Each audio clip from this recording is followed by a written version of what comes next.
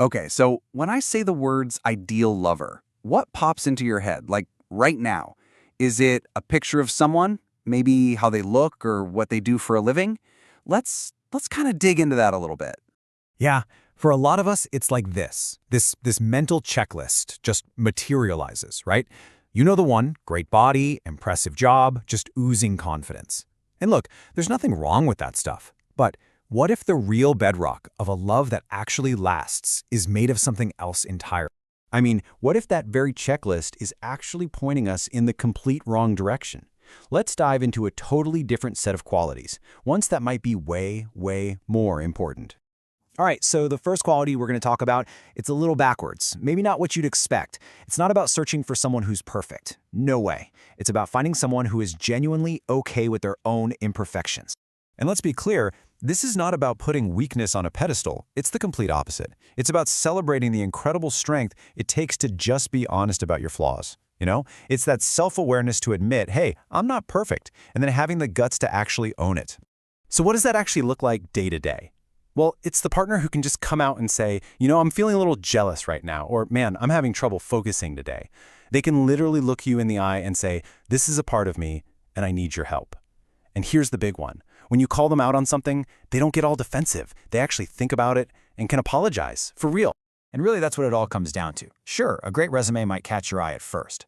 But what builds a love that can actually weather a storm? It's how they deal with their own screw-ups. That kind of vulnerability, that's not weakness. That is pure strength. Okay, and this whole idea of being real about our flaws, it flows perfectly into our next point. Let's talk about emotional honesty and what it means to be generous with our feelings. I love this idea. It's basically like giving your partner the user manual to you. Think about it. Instead of making them play detective, trying to figure out why you're quiet or upset, you just tell them. You give them the backstory for why you're reacting a certain way. And just like that, what could have been a huge fight becomes a moment to get closer. And that right there is the core of it, isn't it? We don't need a perfect person. Who is that anyway? What we really need is someone who's done the hard work of getting to know themselves, their own weak spots, their triggers. That kind of self-awareness, man, that is worth its weight in gold. This is just a perfect example of that. A partner who can give you a heads up before things go off the rails? Wow. That's someone who cares more about the relationship than about being right.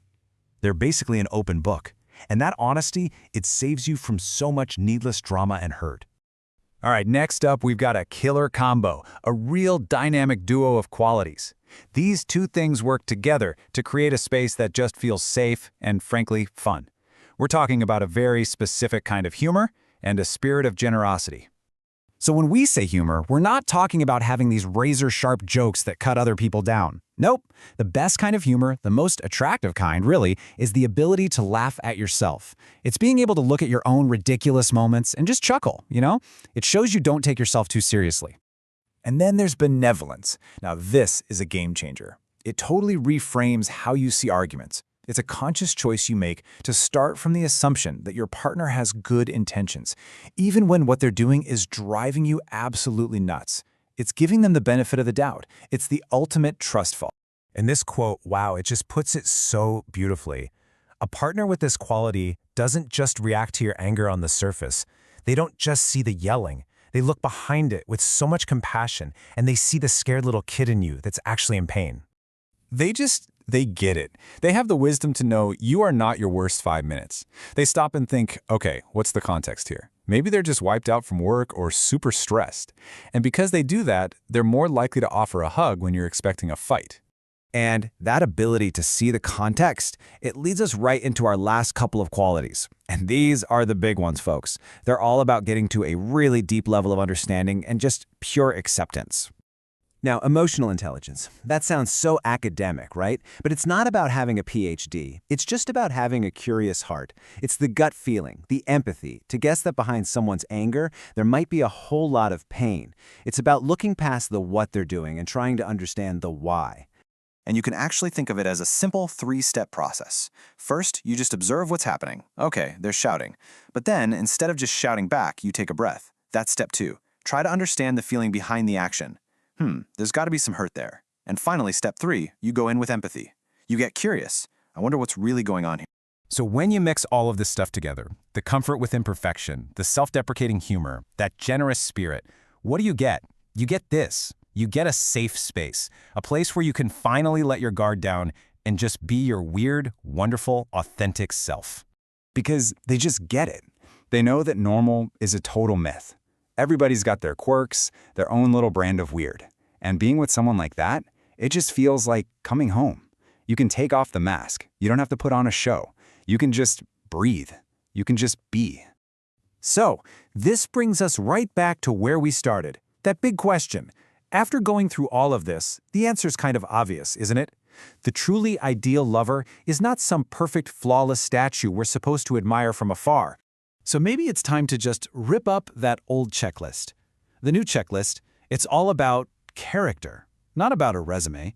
It's less about what they have and so much more about who they are. And maybe most importantly, it's about who they allow you to be.